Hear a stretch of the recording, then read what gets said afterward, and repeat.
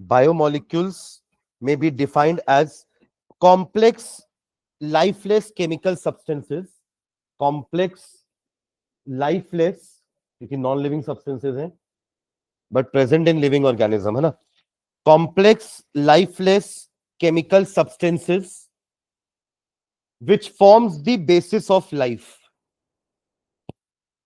Biomolecules may be defined as complex lifeless chemical substances which form the basis of life, which forms the basis of life. That is they are responsible for the growth, that is they are responsible for the growth, maintenance, responsible for the growth, maintenance, and their ability to reproduce, and their ability to reproduce, and their ability to reproduce. तो stop various biomolecules include, various biomolecules जो अपन को इस chapter में पढ़ने हैं ना, various biomolecules include, hyphen डाल के कॉमा दे के लिखते जाओ, पहला लिख लो carbohydrates, carbohydrates, proteins, carbohydrates, protein, vitamin, hormones, nucleic acid etcetera, पांचों के नाम लिख लो।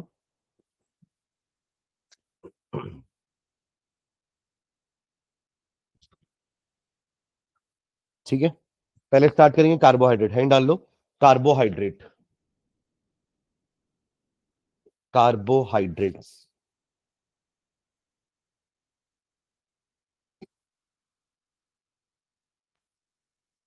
तो पहले जो डेफिनेशन थी ना कार्बोहाइड्रेट की, वो इसके नाम से ये देखो, कार्बोहाइड्रेट मतलब ऐसे कंपाउंड्स जिसमें कार्बन एटम के साथ वाटर, हाइड्रेट मॉलिक्यूल बोलते हैं ना, वाटर ऑफ क्रिस्टलाइजेशन, ऐसे प्रेजेंट होंगे कुछ इस तरीके से, इस टाइप के मॉलिक्यूल को हम कार्बोहाइड्रेट बोलते हैं। ये ओल्डर डेफिनेशन थी, ये रिजेक्ट की गई क्योंकि ऐसे कार्बोहाइड्रेट भी प्रेजेंट थे जो इस फॉर्म में रिप्रेजेंट नहीं किए जा पा रहे थे, और कुछ को कर पा रहे थे इस फॉर्म पे, पर वो कार्बोहाइड्रेट नहीं थे, इसलिए ये वाली डेफिनेशन रिजेक्ट की है। ठीक है, तो पहले एक बार डिफाइन कर लेते हैं, लिखो नीचे, the old definition of carbohydrate, the old definition of carbohydrate is the class of compounds, is the class of compounds, is the class of compounds containing only carbon, containing only carbon, hydrogen and oxygen, containing only carbon, hydrogen and oxygen, containing only carbon, hydrogen and oxygen, comma, the hydrogen and oxygen being present in, the hydrogen and oxygen being present in, the hydrogen and oxygen being present in the same ratio as in water, being present in the same ratio as in water, as in water. General formula ये लिख लो, CxH2OY, C X number में है and H2O के molecules Y numbers में। हाँ सीधा क्या, हाँ ठीक है, ठीक है। अब जैसे CH3COOH, ये भी उसी रेशियो में है, बट ये तो एसिडिक एसिड है, ये कार्बोहाइड्रेट थोड़ी ना है, समझ रहे हैं क्या? इसको इस फॉर्म में कैसे लिख सकते हो, दो कार्बन है एंड H2O कितना, ट्वाइस कर दूं, है ना, तो इस फॉर्म में अपन इसको लिख सकते हैं ऐसा, पर ये कार्बोहाइड्रेट नहीं है, और कुछ में रेशियो ऐसा नहीं आ रहा था पर वो कार्बोहाइड्रेट थे, इसलिए डेफिनेशन जो है वो रिजेक्ट की गई थी। ठीक है, तो नीचे लिखना, This definition was this definition was rejected because this definition was rejected because this definition was rejected because some molecules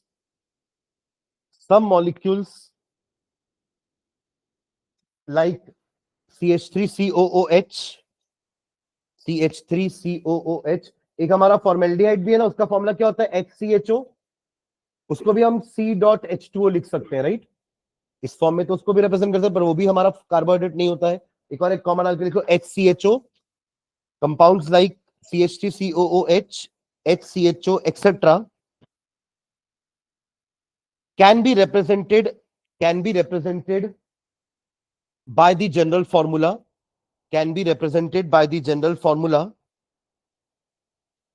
but they do not behave like carbohydrate. But they do not behave like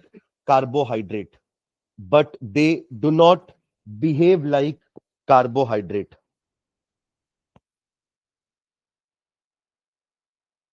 And there were some carbohydrates like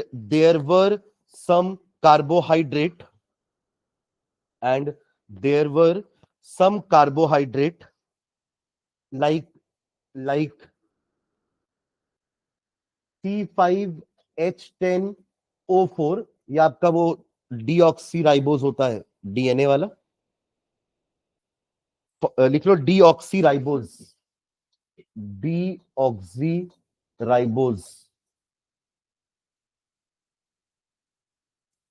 एक और लिखा common डाल के C6H12O5, इसका नाम भी लिख लो rhamnose, RHAMNOSE, rhamnose, etcetera, cannot be represented by the general formula, पर ये है carbohydrate, cannot be represented by the general formula। कौन सा जनरल फॉर्मूला की बात कर रहे हैं अपन, इसकी CXH2OY, cannot be represented by the general formula। ठीक है, तो ये ड्रॉबैक के कारण हमने ये वाली डेफिनेशन हटा दी थी। ठीक है, एक और डेफिनेशन लिखना नीचे, modern definition states that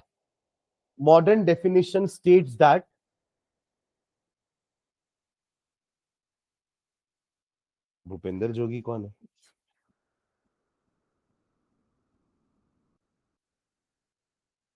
Modern definition states that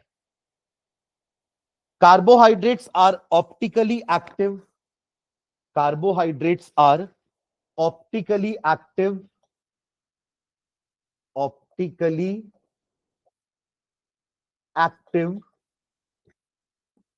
polyhydroxy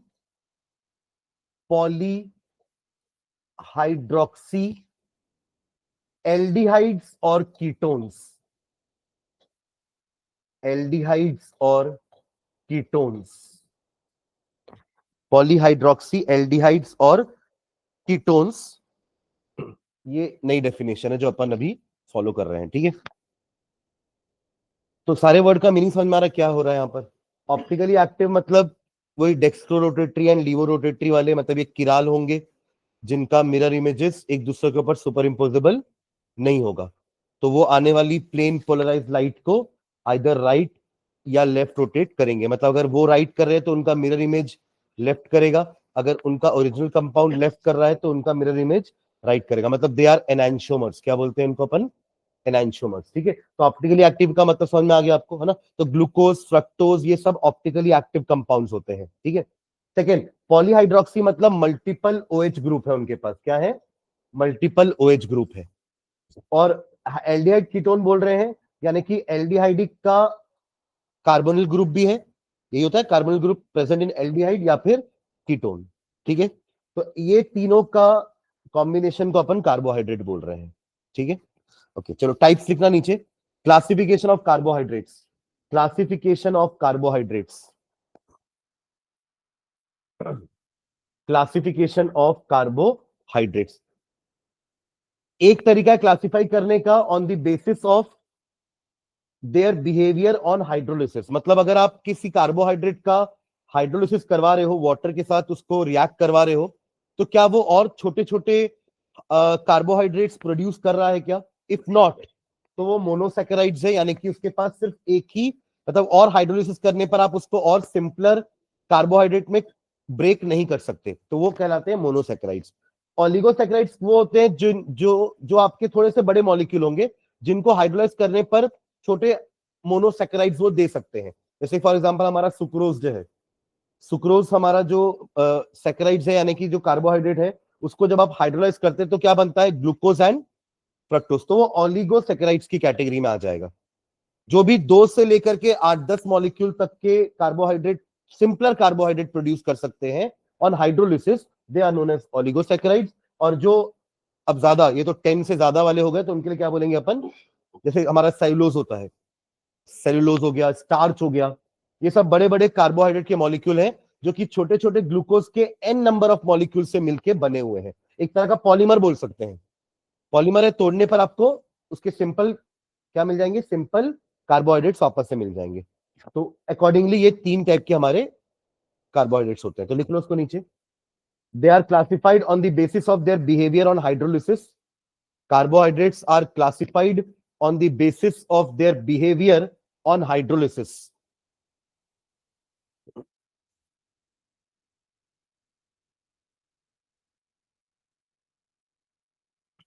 तो सीधा तीनों कैटेगरी के नाम लिख लो, मोनोसैकेराइड्स, ऑलिगोसैकेराइड्स एंड पॉलीसैकेराइड्स।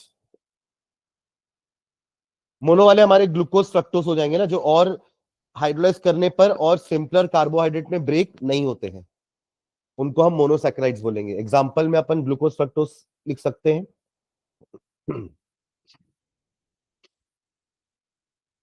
लिखिए तीनों नाम, मोनोसैकेराइड्स, ऑलिगो एंड पॉली।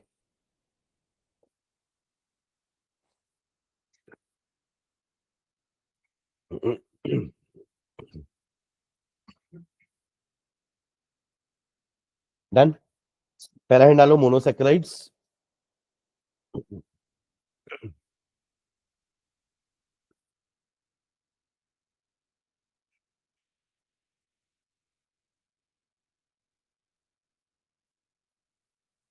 ठीक है, अब ये तो समझ में आ गया कि इनका हाइड्रोलिसिस करने पर ये और सिंपलर कार्बोहाइड्रेट नहीं देने वाले, ठीक है। बट इनका और फर्दर क्लासिफिकेशन होता है ऑन द बेसिस ऑफ इनके पास फंक्शनल ग्रुप कौन सा है, एल्डिहाइड फंक्शनल ग्रुप है या कीटोन फंक्शनल ग्रुप है। उसके अकॉर्डिंगली ये 2 टाइप के होते हैं, एक होता है एल्डोज और दूसरा होता है कीटोज। इसमें भी नंबर ऑफ कार्बन के हिसाब से ट्रायोस 3 कार्बन वाले, टेट्रोस 4 कार्बन वाले, पेंटोस 5, हेक्सोस हमारा जो ग्लूकोज होगा वो कैसा होगा, हेक्सोस होगा। अब उसमें भी अगर एल्डिहाइड है तो एल्डो हेक्सोस या फिर कीटो हेक्सोस। समझ में आ रहा है क्या? ये पूरा लिखने की जरूरत नहीं है, आप ये पैराग्राफ बस लिख लो। इस पैराग्राफ में यही लिखा हुआ है कि मोनोसैकेराइड्स को हमने फिर से क्लासिफाई किया है on the basis of the functional group present. आप उसको शॉर्ट में लिखना चाहो तो शॉर्ट में लिख लो अपने तरीके से, आपको समझ में आना चाहिए जब आप कभी पढ़ो तो, ठीक है। मतलब मोनोसैकेराइड्स को आप 2 तरीके से डिवाइड कर सकते हैं, like this, aldose and ketose. और ये किस बेसिस में हुआ, on the basis of functional group, किसमें क्या फंक्शनल ग्रुप प्रेजेंट है। जैसे कि आपके ग्लूकोज में एल्डिहाइडिक ग्रुप होता है, सुन रहे हैं क्या, ग्लूकोज में एल्डिहाइडिक ग्रुप प्रेजेंट होता है और फ्रक्टोज में ketonic. Accordingly glucose will come under aldohexose and fructose will come under ketohexose. देखिए 6 कार्बन तो दोनों में ही है, पर एक पे एल्डिहाइड ग्रुप है और एक के पास क्या है, ketone.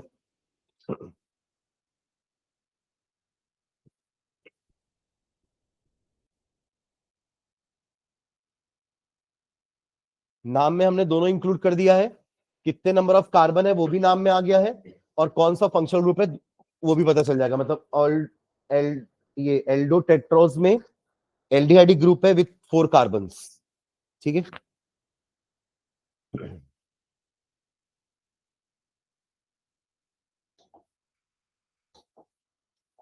Done.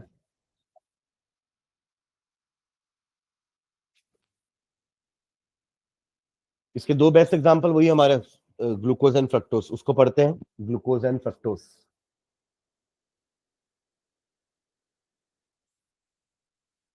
So glucose occurs freely in nature as well as in the combined form. It is present in sweet fruits and honey. Ripe grapes also contain glucose in large amount. ठीक है, तो उसका origin हो गया, कहाँ कहाँ मिलता है। Natural sugar. सिंथेटिकली आप बना सकते हैं फ्रॉम केन शुगर, सुक्रोज बोलते हैं, अभी अपन ने पढ़ा भी है इसका हाइड्रोलिसिस करने पर, है ना, सूडो फर्स्ट ऑर्डर रिएक्शन में पढ़े थे इसको।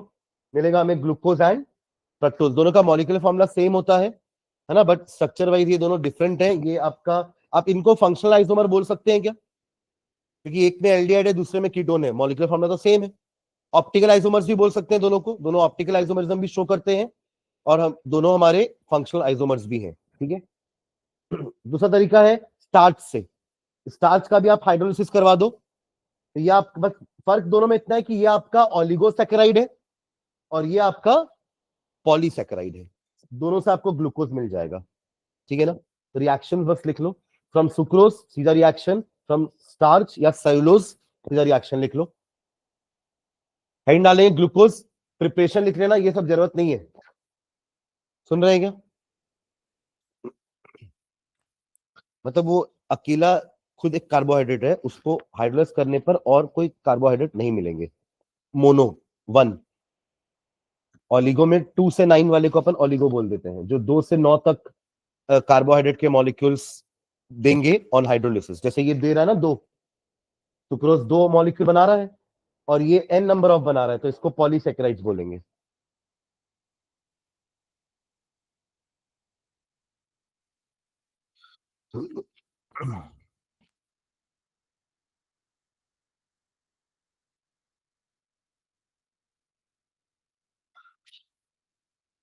हो गया ये, फ्रॉम सुक्रोज सीधा रिएक्शन लिख लो, no need to write that 2 lines, जरूरत नहीं है उसकी। और उसके बाद नीचे में भी वही स्टार्च या सेलुलोज को लेकर के हाइड्रोलिसिस कराएंगे, will get n number of glucose molecule C6H12O6।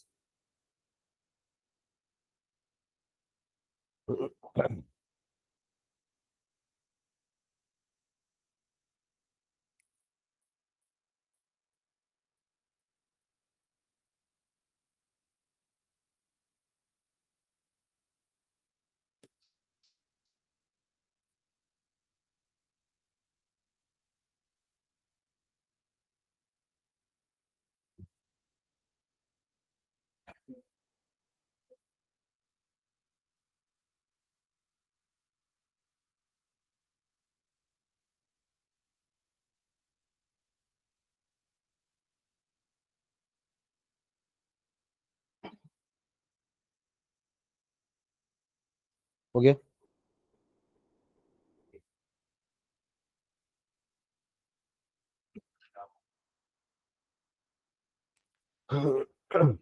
हाँ, नेक्स्ट सही डालना, ये मत लिखो अभी, पहले नेक्स्ट सही डालना। Open chain structure of glucose, open chain structure of glucose, open chain structure of glucose. Glucose का स्ट्रक्चर कैसा होगा, ये C6H12O6 फॉर्मूला तो अपन बचपन से पढ़ रहे हैं ना, बट इसका स्ट्रक्चर कैसा होगा, क्या क्या फंक्शनल ग्रुप प्रेजेंट है, वो सारा लिखना है। Open chain structure of glucose, तो एक स्ट्रक्चर बनाइएगा। सबसे पहले ऊपर एल्डिहाइड, एल्डिहाइड तो बीच में नहीं रह सकता ना, तो ये तो टर्मिनल में ही रहेगा, तो पहला ऊपर एल्डिहाइड रहेगा, उसके बाद CHOH, ये आपके 4 बार रहेंगे, बैक टू बैक नीचे आते जाएंगे, एंड लास्ट CH2OH। मतलब एक प्राइमरी एल्कोहलिक ग्रुप है, ये प्राइमरी अल्कोहल है, बाकी बीच वाले सब क्या है, सेकेंडरी अल्कोहलिक ग्रुप है। सब में ऐसा है ना, सी ऐसे कनेक्टेड है ना, एक कार्बन 2 कार्बन का कनेक्टेड है, तो इसमें लगे ना, इसमें लगने वाला OH क्या कहलाएगा, सेकेंडरी कहलाएगा, 2 डिग्री। और ये लास्ट वाले के पास तो सिर्फ ऊपर एक ही कार्बन है, तो ये वाला क्या कहलाएगा, प्राइमरी, यानी कि 1 डिग्री अल्कोहलिक ग्रुप, ठीक है। तो ये इसका ओपन चेन स्ट्रक्चर होता है, जो कि हालांकि गलत है, पर पहले अपन ये देखेंगे कि अपन ने ओपन चेन क्यों प्रेफर किया, फिर ऐसे क्या एविडेंसेस थे जिससे ये ओपन चेन स्ट्रक्चर गलत प्रूव हो गया, ठीक है। बना लिए क्या, तो बनाओ ना। Open chain structure of glucose, hyphen डाल के लिखना इसमें, स्ट्रक्चर बनाने के बाद नीचे, it consist of 1 aldehyde group, it consist of, it consists of 1 aldehyde group, 1 aldehyde group comma one primary alcoholic group, one primary alcoholic group,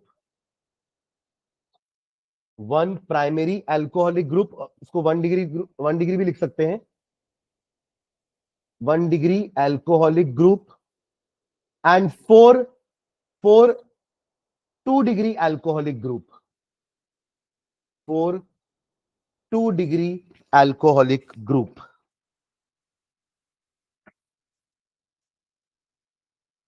ठीक है, नेक्स्ट टाइम देखना, this open chain structure was assigned, this open chain structure was assigned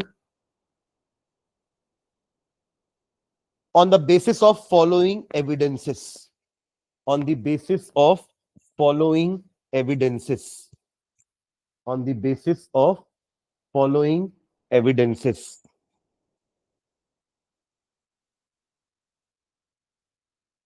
First point लिखना, first evidence, glucose on reduction with glucose on reduction with HI, hydrogen iodide, glucose on reduction with HI and red phosphorus gives a mixture of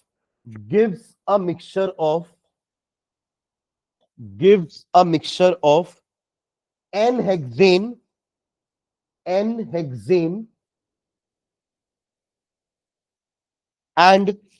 2-iodohexane N-hexane मतलब जो straight chain होगा ना, N-hexane and 2-iodohexane, equation लिख लो, N-hexane and 2-iodohexane। ये glucose के reduction से हमें 2 compound मिले थे, इससे ऐसा लगा कि 6 जो है वो ओपन चेन स्ट्रक्चर में हो सकते हैं। रिएक्शन लिख लो,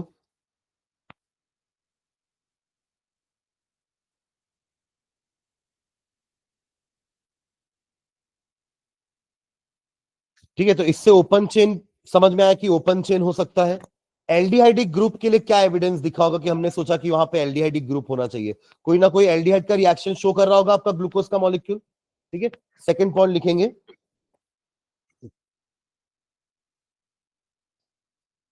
glucose reacts with hydroxyl amine, glucose react with hydroxyl amine. क्या था हाइड्रोक्सिल अमाइन? हाँ देखो नाम से पता चलेगा ना, हाइड्रोक्सिल एंड अमाइन NH2H, और इससे बन क्या रहा था, ऑक्सिम। तो glucose react with hydroxyl amine, bracket में फॉर्मूला लिख लेना NH2OH टू फॉर्म एन ऑक्सिम। ये वही हमारा एडिशन रिएक्शन है, न्यूक्लियोफिलिक एडिशन रिएक्शन, जहां पे वाटर रिमूव हो रहा था ना, NZ वाला, याद आ रहा है, NH2Z था ना, अरे हाय ना, जिसमें H2 तो CO के O के साथ मिलके वाटर बाहर हो जाता था, और NZ आपके कार्बन के से आकर के जुड़ जाता था, रिमूविंग अ वाटर मॉलिक्यूल। ये nucleophilic addition of aldehyde and ketone में पढ़े थे, followed by the loss of water molecule. ठीक है, हाँ। तो NH2OH to form oxime and adds a molecule of hydrogen cyanide and adds a molecule of hydrogen cyanide and adds a molecule of hydrogen cyanide to form cyanohydrine, to form cyanohydrine। cyanohydrine कैसा होता था?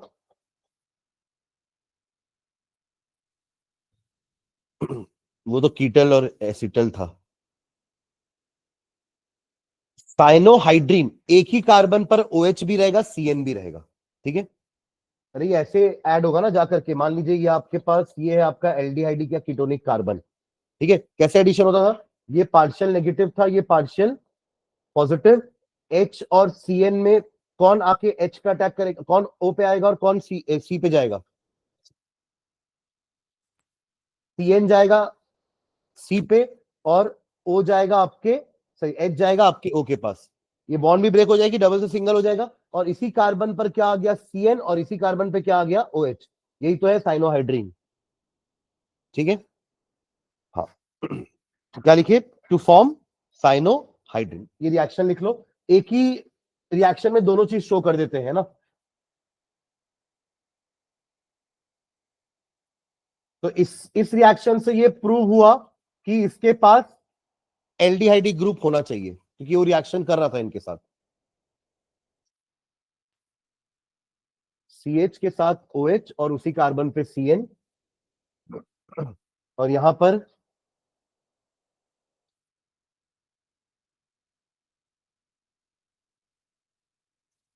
CH के साथ क्या लग जाएगा, H2 तो उसका चला जाएगा ना, O के साथ बचेगा क्या, NOH। NOH, यहां बीच में डबल बॉन्ड रहती है ना, इसी को ऑक्सिम बोल रहे हैं। ठीक है, तो वो एल्डिहाइड के जैसे ऑक्सिम भी बना रहा है, और एल्डिहाइड के जैसे ही साइनोहाइड्रीन भी बना रहा है। ये हो गया हमारा साइनोहाइड्रीन,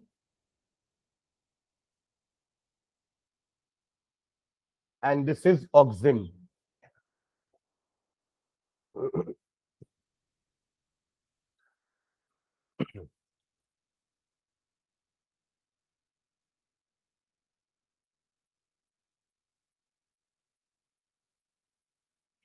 ठीक है, पर ये रिएक्शन तो दोनों शो करते हैं ना, एल्डिहाइड भी और कीटोन भी।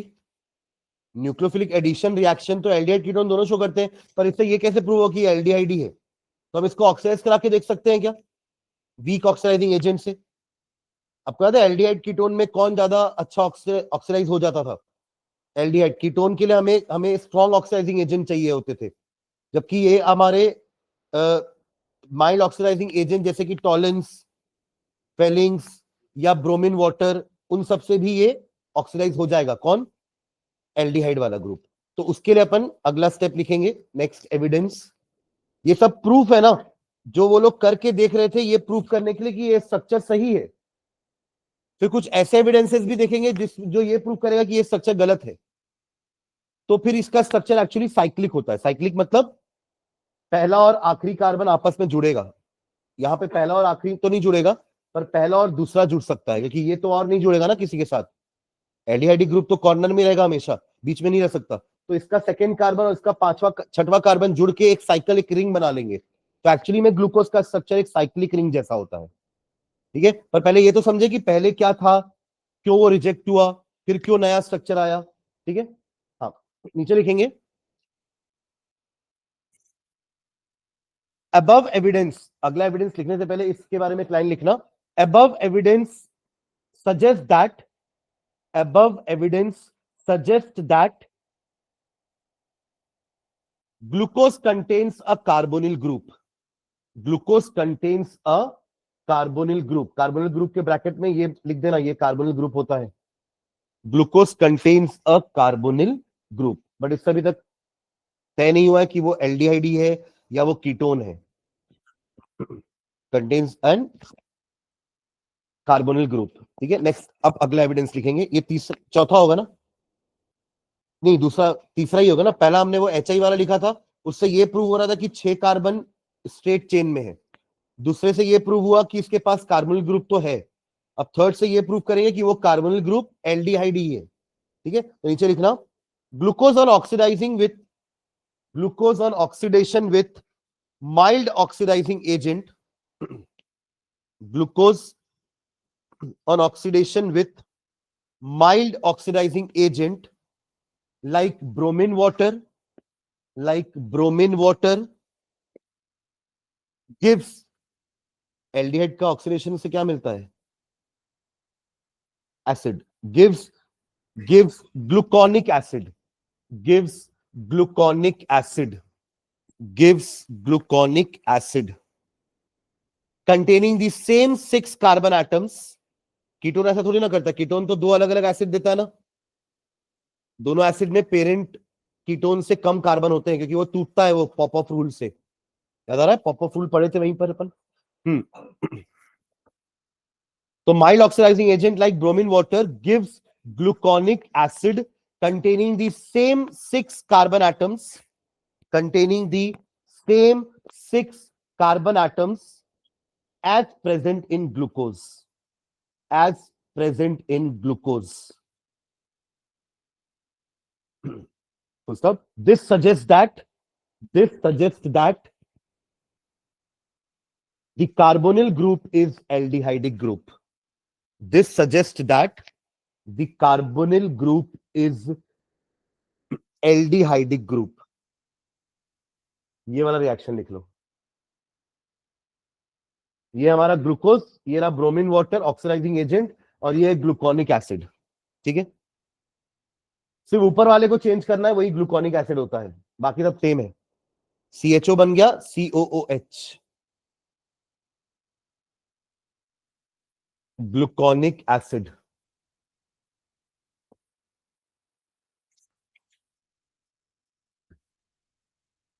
Done.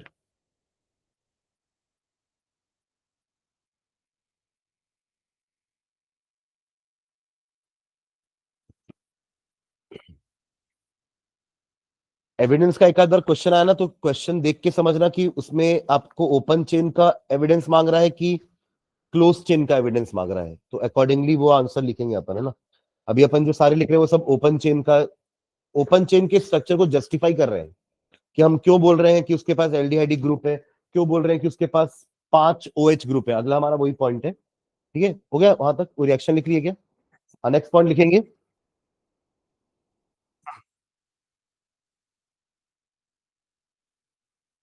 On acetylation with acetic anhydride, on acetylation, अब तो आपको पता ना एसिटिलेशन क्या होता है. ये ग्रुप को ऐड करने को एसिटिलेशन बोलते हैं. देखो ये ग्रुप दिख रहा है, COCH3 सब में ऐड हुआ है, acetylation. On acetylation with acidic anhydride, on acetylation with acetic anhydride, acetic ये लिखा है ना एरो के ऊपर, acetic anhydride, comma glucose gives a penta acetate. On acetylation with acetic anhydride,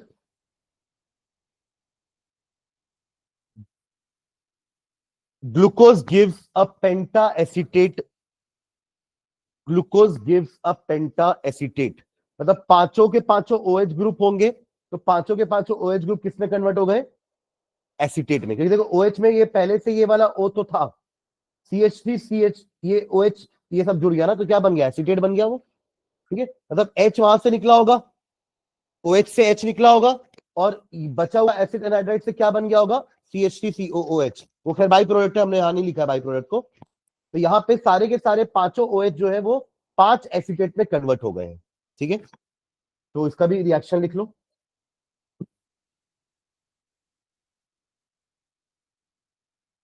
वही ग्लूकोज का स्ट्रक्चर बना लो, एरो में एसिटिक एनहाइड्राइड, और आपको मिल रहा है पेंटा acetate, glucose penta acetate.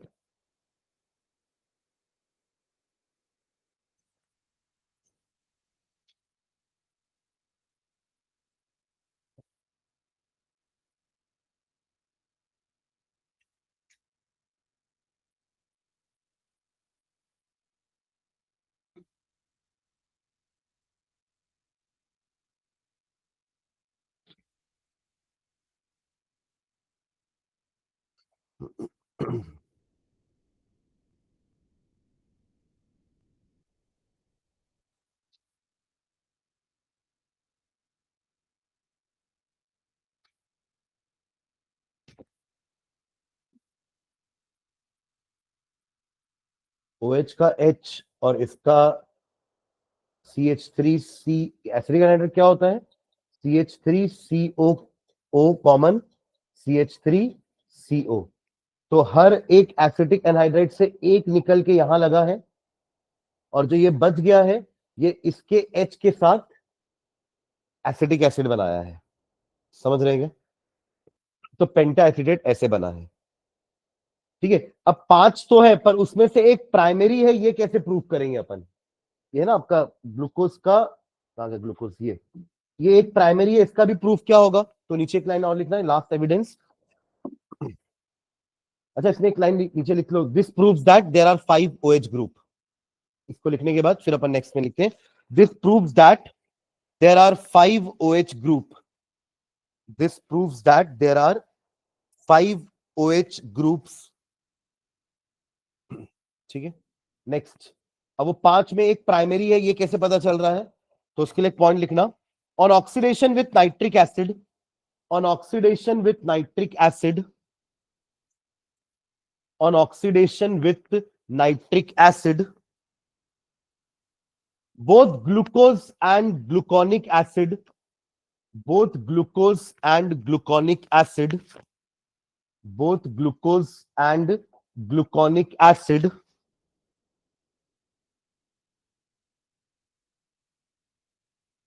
give the same dicarboxylic acid, give the same dicarboxylic acid, give the same dicarboxylic acid.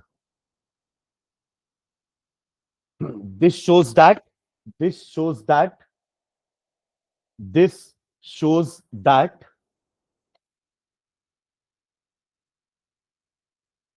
glucose contains one primary alcoholic group. This shows that glucose contains one primary alcoholic group. ये जो 3 structure आप देख रहे हैं सामने, ये glucose का structure है, प्रपोज्ड स्ट्रक्चर। ये इसी से भी अपन ऑक्सीडाइज करके एसिड बनाए थे ना, ग्लूकोनिक एसिड। और इन दोनों को जब फर्दर ऑक्सीडाइज कराएंगे तो दोनों ही क्या बनाएंगे? सैचरिक एसिड। इसका नाम है सैचरिक एसिड। तो अपन लिखे ना डाइकार्बोक्सिलिक एसिड, तो यही है। ठीक है, तो इसका भी रिएक्शन लिख लो पीछे, ये वाला।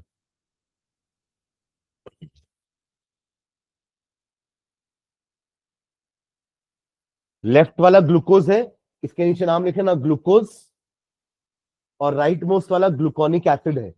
और दोनों को ऑक्सीडेशन करवा रहे हैं। नाइट्रिक एसिड इसलिए नहीं क्योंकि वो स्ट्रॉन्ग ऑक्सीडाइजिंग एजेंट है ना, या तो अपन वीक से टेस्ट करने के लिए बस एक ही चेंज हुआ। अगर आप एक स्ट्रॉन्ग ऑक्सीडाइजिंग एजेंट लोगे तो दोनों चेंज हो जाएंगे, समझ रहे हैं क्या? ऊपर का CHO भी COOH बन जाएगा और नीचे का CH2OH भी COOH बन जाएगा। इसका नाम है सैचुरिक एसिड, एक डाई कार्बोक्सिलिक एसिड है, 2 COOH है उसके पास, इसलिए नाम पड़ा dicarboxylic acid, commonly known as saccharic acid, saccharic acid. तो दिस शोज दैट कि एक अल्कोहल कैसा है, 1 डिग्री।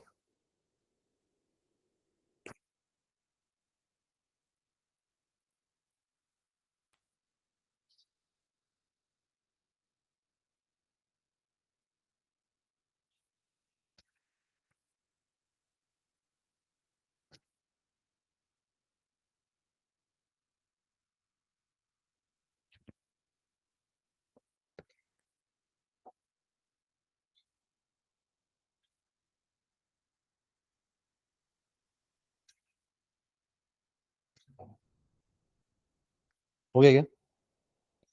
ठीक है, चलिए नेक्स्ट एक हैंड डालिएगा, configuration of monosaccharides, configuration of monosaccharides, configuration of monosaccharides. Configuration मतलब यहाँ पर वो डी और एल की बात कर रहे हैं ना, डेक्सो रोटेटरी होंगे कि लीवो रोटेटरी होंगे। कॉन्फ़िगरेशन ऑफ मोनोसैकेराइड्स, हाइफन डाल के लिखना है इसमें। The correct name of glucose is, the correct name of glucose is D plus glucose. Correct name होता है उसका D plus glucose. The correct name of glucose is D plus glucose. तो इसका उल्टा क्या होगा? इसका जो मिरर इमेज बनेगा वो एल माइनस ग्लूकोज हो जाएगा। ठीक है, डी प्लस ग्लूकोज इसका मिरर इमेज हो जाएगा जो एनांशोमर है इसका, क्योंकि ऑप्टिकली एक्टिव कंपाउंड अपन पहले लिख चुके हैं ऊपर। और इसमें कोई एक ना एक कार्बन होगा ना जो एसिमेट्रिक होगा। याद है अपन कैसे डिटेक्ट करते थे कि हाँ, एक ऐसा कार्बन आपके कंपाउंड में कहीं ना कहीं होगा जो 4 अलग अलग एटम या ग्रुप ऑफ एटम से कनेक्टेड होगा। जैसे अपन उसमें पढ़ते थे जैसे ब्यूटेन टू ऑल है ना, ब्यूटेन टू ऑल है, ये 4 कार्बन है ना। तो ब्यूटेन सेकेंड नंबर पर OH ग्रुप लगा हुआ है। आप इस कार्बन को ऑब्जर्व करिए, जो सेकेंड नंबर का कार्बन है, इसमें एक तरफ मिथिल है, दूसरी तरफ OH, तीसरी तरफ इथिल और चौथी तरफ H, यानी कि ये एक किराल कार्बन है, एक हमारा एसिमेट्रिक कार्बन। और ये अगर कहीं प्रेजेंट है किसी कंपाउंड में तो वो कंपाउंड ऑप्टिकल एक्टिविटी शो कर सकता है। ये तरीका है हमारे नॉर्मल कंपाउंड्स में समझने का कि ये ऑप्टिकली एक्टिव है या नहीं। जैसे हम कोऑर्डिनेशन कंपाउंड में भी पढ़ते थे ना, तो वहां भी ऑप्टिकल आइसोमर्स पढ़ते थे, तो वहां हम प्लेन ऑफ सिमेट्री देखते थे कि जिसके पास प्लेन ऑफ सिमेट्री है वो हमारा ऑप्टिकल आइसोमर्स शो नहीं कर सकता। एक एग्जांपल आपको याद दिलाता हूं, वहां हम कैसे करते थे।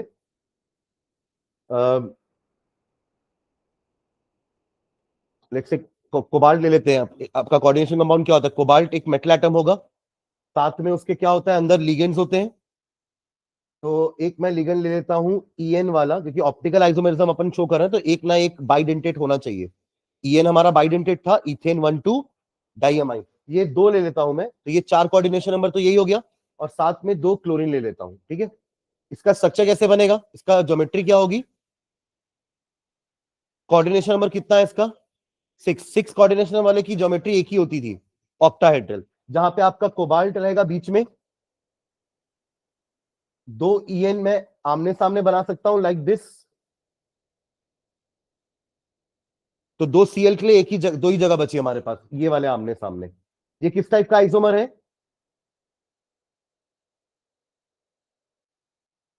Trans. Same group opposite side में, तो ट्रांस। इसका एक और काउंटर पार्ट क्या बनेगा? इसका मिरर इमेज नहीं बना रहा हूं, ठीक है, इसका दूसरा तरीका बना रहा हूं बनाने का, जहां पर Cl को मैं आजू बाजू रख देता हूं, और EN भी क्या आ गए, आजू बाजू आ गए, तो ये हो जाएगा 6। ठीक है, तो ये तो इसके वो हो गए ना, क्या, ज्योमेट्रिकल आइसोमर्स। ये थे ना हमारे स्टीरियो आइसोमर बोलते थे ना इनको। स्टीरियो हमारे दो टाइप के होते हैं, ज्योमेट्रिकल एंड ऑप्टिकल। तो ये अभी मैंने इसका इसका नाम क्या है? What is the name of this compound? डाइक्लोरिडो बिस इथेन 1,2 डाइअमाइन कोबाल्ट। अब वो नंबर हम छोड़ देते हैं, बाद में उसके बारे में बात करेंगे, ठीक है, पर उसका नाम इतना। ठीक है, अब यहां पे क्या बोल रहे हैं अपन कि ये दोनों ने ज्योमेट्रिकल आइसोमर्स बनाए हैं, राइट। अब इनमें से कौन सा ऑप्टिकली एक्टिव होगा, क्वेश्चन ये आया है।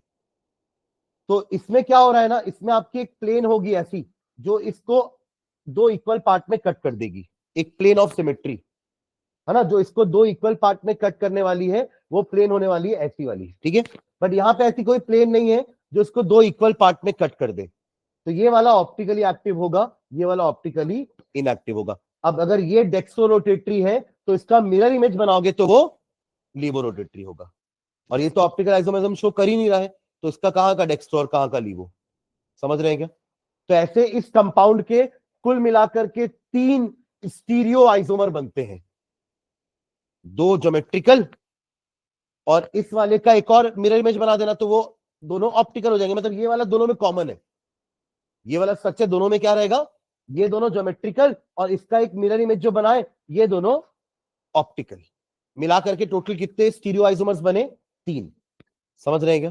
तो यहां पे देखने का तरीका था प्लेन ऑफ सिमेट्री, वैसे ही इन टाइप के कंपाउंड्स में देखने का तरीका क्या होता है? Asymmetric carbon. और एसिमेट्रिक कार्बन क्या होते हैं? ऐसे कार्बन जो 4 अलग अलग एटम या ग्रुप ऑफ एटम से जुड़े होंगे, उनको हम एसिमेट्रिक कार्बन कहते हैं। वही हमारा किराल कार्बन कहलाता है, जिसके कारण ऑप्टिकल एक्टिविटी आपका कंपाउंड शो करता है। ठीक है, तो ऐसे हमारे ग्लूकोज में भी होना चाहिए, तभी तो हम ऑप्टिकली एक्टिव बोल रहे हैं। In fact in all aldehyde, all your carbohydrate, ऐसा एक कार्बन होना चाहिए। समझ रहे हैं क्या? ओके, तो क्या लिखा आपने? The correct name of glucose is D plus glucose, D plus glucose, full stop. Since glucose is optically active, since glucose is optically active, since glucose is optically active, therefore its enantiomer is called, therefore its enantiomer is called, therefore its enantiomer is called L minus glucose, L minus glucose, L bracket में minus hyphen डाल रहे हो ना, L के बाद hyphen फिर minus फिर hyphen glucose, L minus glucose. अब ये डी और एल का मतलब क्या होता है लिखना नीचे, फुल स्टॉप के लिखो। The letter D and L, capital D और कैपिटल एल लिख रहे हैं ना, the letter D and L, capital लिखना उसको है ना, the letter D and L, इन्हीं को बोलते हैं D configuration and L configuration. The letter D and L used before the name of glucose, used before the name of glucose, the letter D and L used before the name of glucose,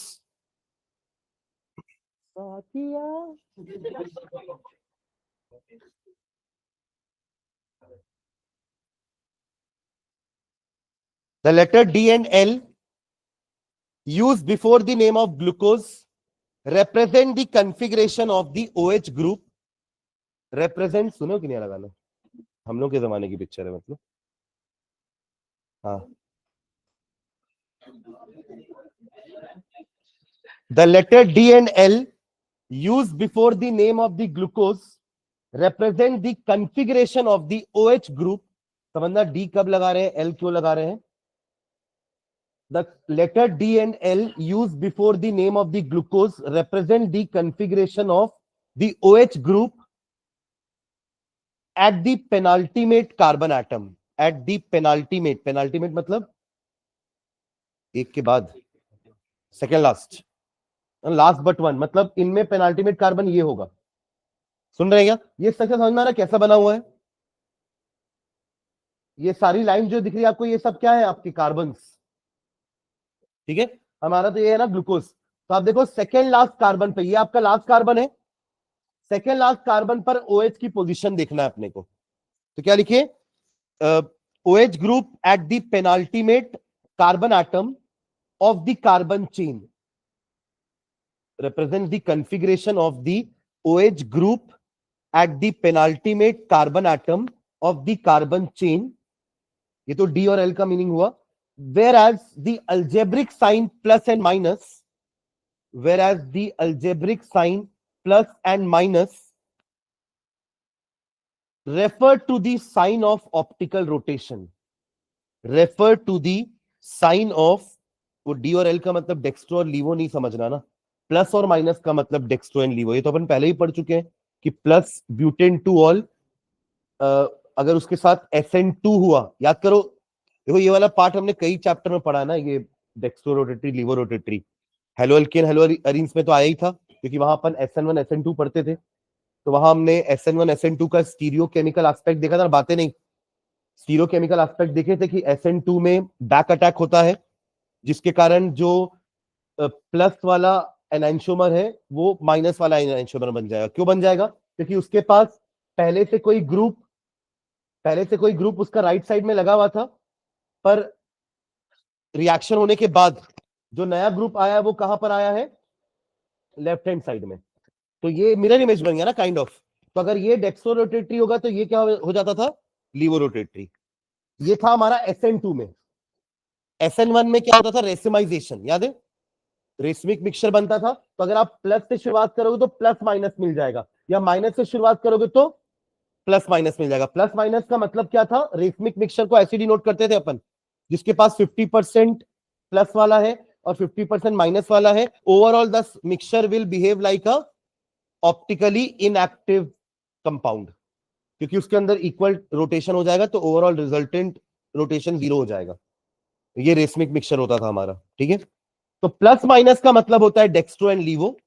D और L बताता है कि ये वाले carbon पर OH right side में है तो डी, लेफ्ट साइड में है तो एल। समझ रहे हैं क्या, हाँ। तो क्या लिखे, and the algebraic sign plus and minus refer to the sign of optical rotation, that is dextro rotatory and laevo rotatory respectively, dextro rotatory and laevo rotatory respectively. मतलब ग्लूकोज का डी कन्फिग्रेशन कैसा है, dextro rotatory. सुन रहे हैं क्या, ये है D plus glucose का मतलब, am I clear. D plus glucose का मीनिंग क्या है कि ग्लूकोज का डी वाला जो कॉन्फ़िगरेशन है वो हमारा कैसा है, डेक्सोरोटेटरी। और अगर आप इसी का मिरर इमेज बनाओगे, सुन रहे हो क्या, इसका अगर मिरर इमेज बनाओगे तो ये वाला OH ग्रुप लेफ्ट में आ जाएगा ना अब, तो वो L कॉन्फ़िगरेशन हो जाएगा। और L कॉन्फ़िगरेशन कैसा होगा, लीवोरोटेटरी। L माइनस लिखा ना आपने, पर D और L का प्लस और माइनस से कोई रिलेशनशिप नहीं है। मतलब ऐसा नहीं कि D वाला प्लस होगा और L वाला माइनस होगा, ऐसा जरूरी नहीं है। D वाला माइनस भी हो सकता है, L वाला प्लस भी हो सकता है, ऐसा फ्रक्टोस में होता है। सुन रहे हैं क्या, ठीक है, हाँ।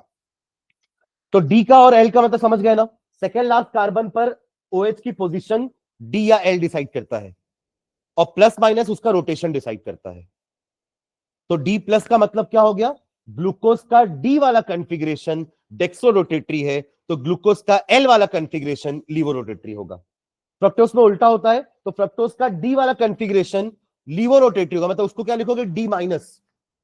फ्रक्टोज का ओरिजिनल नाम क्या हो जाएगा, D minus fructose, not just fructose, D minus fructose. वैसे अब ग्लूकोज का अपन ग्लूकोज नहीं बोलेंगे, क्या बोलेंगे, D प्लस ग्लूकोज। तभी तो लिखा ना आपने, the correct name of glucose is D plus glucose. तो ऑटोमेटिकली उसके एनांशोमर का नाम हम L माइनस ग्लूकोज रख दिए।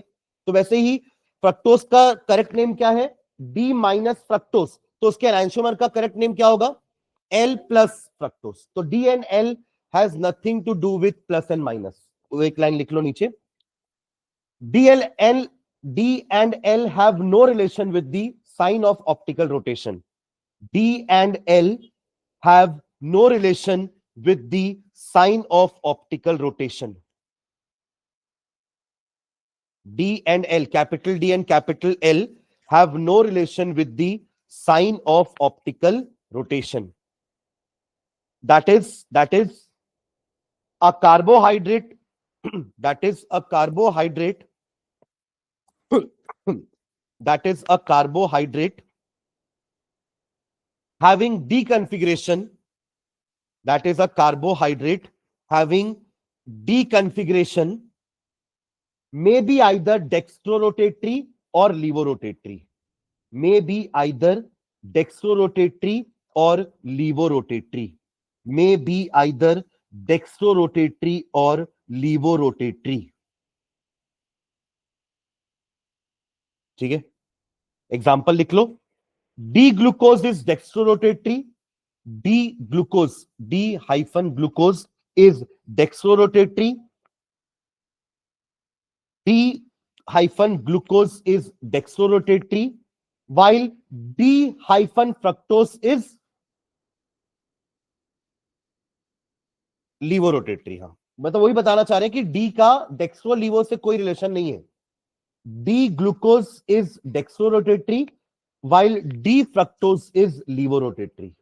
वही D minus fructose is the correct name of fructose, जैसे D plus glucose is the correct name of glucose, वैसे ही D minus fructose is the correct name of fructose। ठीक है, तो ये DL प्लस माइनस समझ गए ना, ठीक है। चलो उसको नेक्स्ट क्लास में आगे कंटिन्यू करते हैं ना, साइक्लिक स्ट्रक्चर पढ़ेंगे नेक्स्ट क्लास में। कार्बोहाइड्रेट थोड़ा सा बड़ा है, बाकी सारे तो छोटे हैं बायोमोलिक्यूल्स।